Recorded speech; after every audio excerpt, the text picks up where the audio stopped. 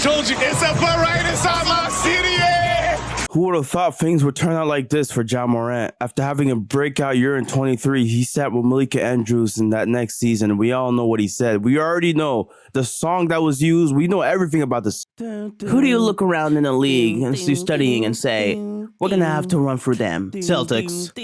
No one in the West? Nah, I'm fine in the West. And now we fast forward to 2025, and Ja hasn't been fine in the West since. I mean, it's been looking very dark for him, especially. This video couldn't have come at a better time for the Ja haters out there, as the Kings got belted by the Grizzlies without Ja and also without Triple J on the game. And this is the sort of basketball heaven that the Grizzlies were envisioning building. They've got balanced scoring from a lot of their players in this game. Santi Aldama leading them with 29 points on the night. The Grizzlies might actually be a better team without Ja on the court. And now if you notice the 22 season, right, the on-offs seem to suggest that they were better with him off the court then even. That was his breakout year. But that's because without Ja Morant, they seem to actually look better, right? They won more games. It's a smaller sample size, but there was something there that I think even the Grizzlies management, they were like, wait a minute now, these numbers look off. And when I made this video, right, I even said I didn't think much of it at the time when I seen the stat that they were 20-5 without him during that season. I just thought, you know what, bro? They just had a good stretch of games. Maybe the schedule got easier. But I think the management in Memphis, they might have fought differently. When it comes to being a box office talent, Ja Morant was at the top of the list. I mean, people, right from the get-go in his rookie season, they had high expectations. They saw something in him that they didn't see in many star players. He had the swag. He had the look. He had something that was special, a high flyer. We hadn't seen someone like him in a long time. And it was something that I think even on his team, I mean, they embraced a lot of the swagger, right? Dylan Brooks, you know, a vocal leader on the team as well. Like, it seemed like even the city of Memphis, they embraced sort of the villain role. And now you look back, you're like, bro, like, did they really scapegoat Dylan Brooks? And are the Memphis Grizzlies going away from Ja to make room for other players now? Jaren Jackson Jr. hasn't looked good either. That's because the onus on Ja Morant. I think people had higher expectations for him. And so it's very disappointing now that he's not just underperforming, but it's to the point where, you know, in recent games, he had stretches that, quite frankly, looked so bad that it would make you barf. Like, quite frankly, it will make you throw up thinking, how did this happen? How did he get this bad? And that's just the insult that's added to the injuries that, you know, Ja Morant has sustained the last couple of years. A calf strain that would sideline him for weeks now has made it so that the Grizzlies now can actually play their lineups without Ja Morant and see how good they can look. And evidently, as we've seen from that box score yesterday, they looked really good. Yeah, I'm on the way. And just like that, a player that was supposed to be on his way to superstardom, well, now, not only is the NBA community leaving him behind, it seems like even his own team is. Now, let's talk about somebody else in that same draft class that was supposed to be the biggest name in sports since LeBron James, right? He was hyped up as the next up-and-coming generational talent, and he just hasn't lived up to it. Obviously, a lot of problems with his career. And it's one of those downfalls that I want to wait a little bit until I really go and dive deep into it, because things can definitely get worse. They recently fired their coach, Willie Green. There were articles written when Joe Dumars got hired that because David Griffin wanted to fire Willie Green even before he just got fired, that was the reason why David Griffin lost his job. And the way the Pelicans are being run right now, it's like a mom and pop shop, right? She hired Joe Dumars because apparently the owner, Gail Benson, says she trusts Joe because she feels like he knows people. He knows Willie since he was a child. It's just some incestuous nepotism going on, right? Less than a day ago, it was reported by Shaman Dua, a Pelicans beat writer, that apparently Joe Dumars is being given guidance by his son, Jordan Dumars. Like, what is going on here, bro? The owner, Gail, she had a good relationship with not just Willie Green, but also his wife. I mean, it was just some nasty stuff going on, man. And it's gonna get worse. What's your impression of Derek Queen, who models his game after you? He's good, you know. He's good. He has some moves. He's definitely crafty. He's unorthodox. Great touch around the rim, feel for the game. He's a really it's good to see somebody different. And now you add that apparently Derek Queen, the Rook been going crazy. A career high 30 points. He's putting the moves on Joker right here. Oh, man. And you got people saying, man, we don't need Zion because we got the Queen and Smoothie King Center right now cooking. And I agree that he looks sharp. He looks pretty good for a rookie. His offense is well polished. And he does show that he could be a very competent player on that end, right? But let's be honest with ourselves. Not only was he doing this against a very weak rim protecting defense, right? But I'll just be honest, bro. Like, you can't build your team around a player like Derek Queen. But who knows? Maybe the Pelicans are that desperate because they traded their next year's first-round pick. But that doesn't matter. There's going to be more noise around the Pelicans wanting to trade, wanting to not trade.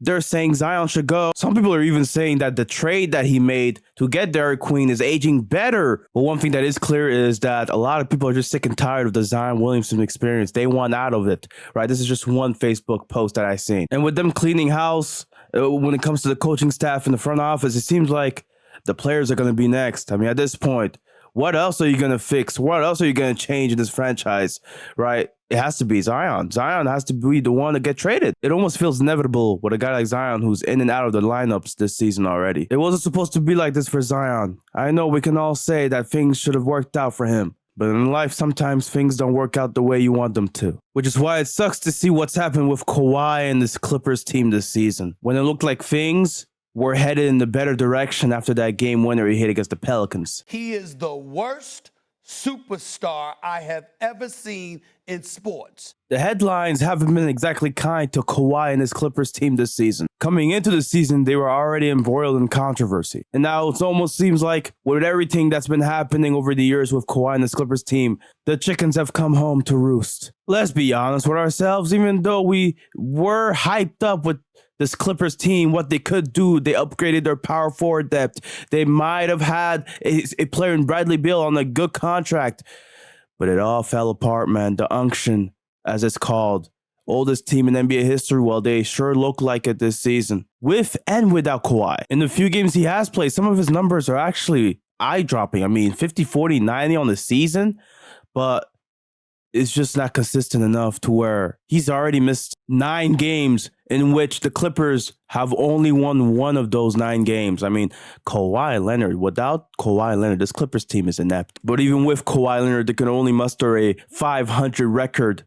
3-3 on the season with Kawhi in the lineup, and he's averaging over 33 minutes a game. And it seems like for Kawhi Leonard's sake, and for the franchise sake as well, I mean, I'm sure Clippers fans can agree with me. They've got to put an end to this era. They gotta blow it up. Without Kawhi Leonard, you should be able to win some of these games that they've lost. And I get it, right? The Magic are a good team, right? I'm not trying to say that, oh, the Magic are terrible. They should have beat the Magic. But it's one of those things, like, Harden right now is playing some of the best basketball he's played in years, okay? And that doesn't seem to matter for this Clippers team, who have been on a downward trend. And if you don't believe me, Harden, his numbers look amazing. It's like he's turning back the clock at the age of 36, 37. This guy Harden is doing something that I did not believe was possible for him to do. After those hamstring injuries that he dealt with, I really thought we were seeing the end of Harden, but he's just for some reason still as good as he was in 22, if not better. I mean, this guy is really just, man, it's impressive to see. But for them to get blown out against the Magic without Paolo, right? This does say a lot about the Magic, who are, turning back their season, winning 5 of the last 6 games. 4 of those games without Paolo, they've won 3 of those games, right? But I think it's not just that Harden's playing great, it's that Zubac seemingly has regressed, right? And it's like Harden needs some help. And this team was supposed to be better than it was last season. What happened? I think fans are much smarter than a lot of players and coaches and execs give them credit for, right? They see the writing on the wall. You should see it too, Clipper Nation. Clippers, you need to pull the plug on this. Ty Lue, get him out of there. Lawrence Frank, for that matter, get him out of there. All those moves that were made that they thought was going to make the team better, those moves are aging poorly already, right? And it doesn't look like things are going to get any better, especially with the aging roster, right? Some of the guys that you're counting on panning out aren't even panning out. The old players that you picked up from free agency, they look worse than they've always been, right? And worst of all, you can't even rely on your best player, supposedly Kawhi Leonard, right, to even play consistent minutes anymore. Kawhi, man, I'm sorry, bro, but it's over. It's gotta be. It's over for you, bro. I mean, if you want to go viral, let's go viral.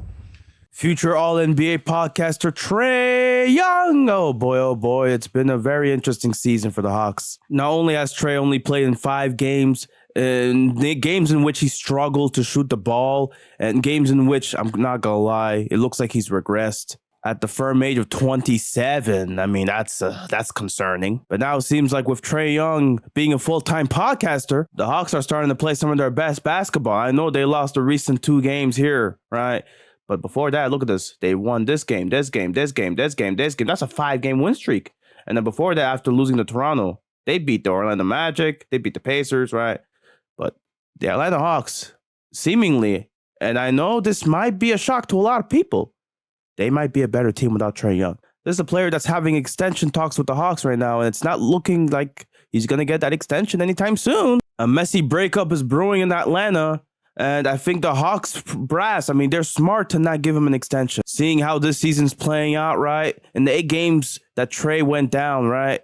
I mean, they look way better. Obviously, the last 2 games, they lost to the Spurs and the Pistons, which are all great teams, right? But the Spurs didn't have Wemby. The Spurs didn't have Castle, right? They didn't have Harper. So you could say, oh, maybe they still need Trae Young on the team. But I think the Hawks brass, they see that, you know, they might not need Trae Young services as much, especially not on the contract that he's expecting or he's demanding. After getting that rookie max extension, $207 million, he's got a player option coming up the following season that he's surely going to opt into, seeing that the market for him right now is drying up quicker than the Sahara Desert. I mean, look, man, Trae Young, he's a talent. But with him looking like he's regressing, looking like his shot selection's gotten worse, and looking like the Hawks are a better team without him, I mean, it's not looking good. It's looking dire, right? There might be a very messy breakup in Atlanta. If not this year, if not next year, at some point, we're going to see something brewing. And this might also signal the end of an era of small guards leading teams to, you know, contention and playoff drought. Jalen Brunson, you might be next, buddy. I'm just letting you know. What are you, 28, 29 years old? Knicks fans probably disliking the video, but Brunson is still a great player. He can still lead them to the promised land, should he be healthy and whatnot. So I'm not going to put him in this video quite yet. We'll just have to wait a couple of years to see it out. Now, if you would like to support me, subscribe. If you would like to support me, watch this video that's up there. I hope you guys have a great day, a great weekend ahead. Peace out.